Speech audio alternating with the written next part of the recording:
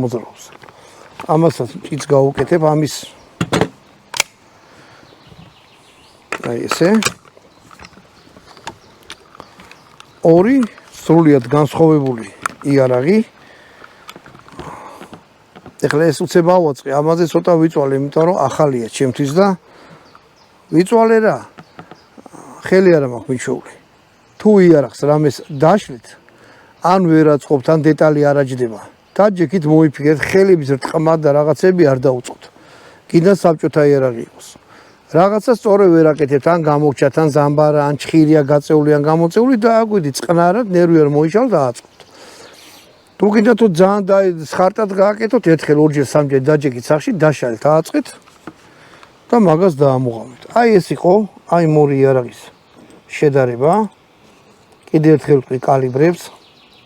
AK-74 7.62 კალიბრში აი ეს არ გამოდის. ანუ AK-47-ები იყო, აი დიდ კალიბრზე, მე AK-ი გამოვიდა მოდერნი